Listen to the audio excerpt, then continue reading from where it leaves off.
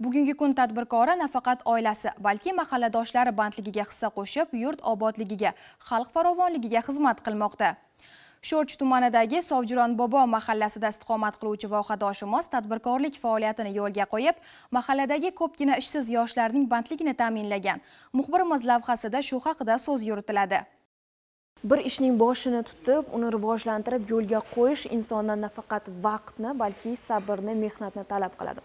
Reportajimiz qahramoni Furqat Xurramov ham beton plitalarning 40 ga yaqin turini bugun ishlab chiqarmoqda va aholiga mahsulotlar yetkazib bermoqda. Bir qarashda mana og'irligi ham ko'rinib turibdi. Shuning uchun ham bu erkaklarga xos bo'lgan mehnat faoliyati hisoblanadi. Furqat aka esa o'zi o'rgangan sohani bugun mahalladagi uyushmagan va ishsiz bo'lgan yoshlarga o'rgatib kelmoqda. Biz ham shu tepalikka birdan chiqamiz deb o'ylagandik. U birdan chiqib bo'lmasa, sekin-sekin chiqar ekan. Ishlayman desa, harakat qilsa, o'zimiz vatanda O'zbekistonda bemalol ishlab pul topsa bo'ladi.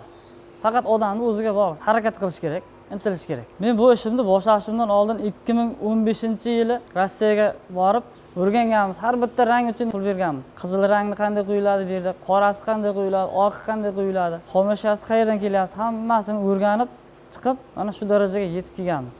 Furqat Xurramov bir necha yillar oldin xorijga ishlash uchun ketganda u yerda juda ko'p bo'lmagan maosh uchun ishlab yurgan. Ma'lum muddatdan so'ng ona vataniga qaytib o'z tadbirkorligini boshladi.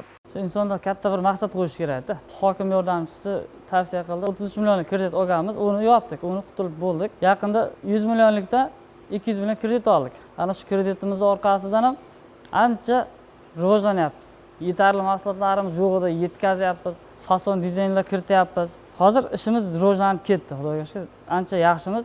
Bu plitka mahsulotlarimizni ishlab chiqarishga bizga 4-yil bo'layotgan bo'lsa, hozir biz qilayotgan daromadimiz boshlangan vaqtlarimizda juda 20 million, 30 millionlab oyiga daromad qilishimizning o'rniga qarzga kirib ketganmiz. Dadam aytardi, ayam aytardi, ishing og'ir, bu ishingni yig'ishtir, to'xtat. Yo'q dedim, to'xtatmadim men. 20 million, 30 million, 40 millionlab qarz kirgan taqdirimda ham izlanish bilan izlandim, yana yaxshi davom etib ketaverdim-da. Faqat o'zim rivojlantirish uchun ishladim. O'zimni oilamga, byudjetimga daromad kirgizishni hayolimga keltirmaganman-da. Ishlasam, rivojlantirib olsam, shu bitta bo'lsam ko'zga ko'rinsin deb ishlaganman. Bu yerda ayollarni ham ishlayotganini ko'rishimiz mumkin. Haqiqatan ham aynan og'ir bo'lmagan yengil qismida ayollar ishtirok etgan holda ushbu sohada band bo'lgan. E'tiborlisi uning uyida bekor o'tirgan insonni uchratish qiyin. Sababi Sayxunobod tajribasi asosida xonadonga 4 bosh qoramol, 20 ta tovuq olib kelingan. Hovli yonidagi 12 sotix tomorqada esa piyozlar bo'y cho'zgan. Bo'sh vaqtlarimiz farzandlarimizning ishlariga yordam berib, sexdagi ishlarga ham ozroq yordam berib turamiz. Bundan tashqari dala ishlarimiz bor, chorvachiliklarimiz bor. Dehqonchiliklarimizdan ham bu yil piyoz ekkandik, o'tgan yilgi kartoshkamizning hosili ham yaxshi bo'lgan. 18-20 million daromad olganmiz kartoshkadan. Bu yil mana piyoz ekdik. Xudo xolasa piyozda ham daromadlari yaxshi bo'ladi degan niyatdamiz. Bekorchilik vaqtimiz o'zi yo'q bizning. Oilamizda hamma ish bilan band. Hozir oylik daromadimiz o'zimizniki 20 million, 25 million oyiga daromad qilamiz. Ishchilardan tashqari ishchilarga oylik beramiz. Ishlayotgan bolalardan hozir 7 ta 8 ta bola ishlaydi. Ana shu bolalar hozir oyiga oylik daromadi 5 million, 6 million oylik oladi o'zimizdan. Oilasini bemalol boqyapti. Hamma narsadan, rasxoddan, gaz, xomashyolardan tashqari 20-25 million, 30 milliongacha, 40 million ham bo'lib ketadi bir payt. Endi mijozlarga, buyurtmalarga qarab ishlayveramiz. Bizga yiliga 300 million, 400 milliongacha daromad qila olamiz. Buyurtmachilar odatda ushbu beton plitalarni uylardagi hovli zinalar, poydevorlarni bezatishda foydalanishadi. Shu bois ham mahsulot mijozning xohishiga ko'ra turli shakl, rang va hajmda taqdim etiladi. Beton plitalar tayyor bo'lgandan so'ng ish shu bilan yakunlanib qolmaydi, balkim keyingi bosqichga o'tiladi. Ya'ni Furqat aka jamoasi bilan birgalikda buyurtma bergan xonadonga kelib, ushbu beton plitalarni o'zlari o'rnatib beradi. Mahsulotlar haqida gapiradigan bo'lsam, 1 kvadrat metr beton plitalarning o'rtacha tan narxi 25 ming, 30 mingni tashkil qiladi.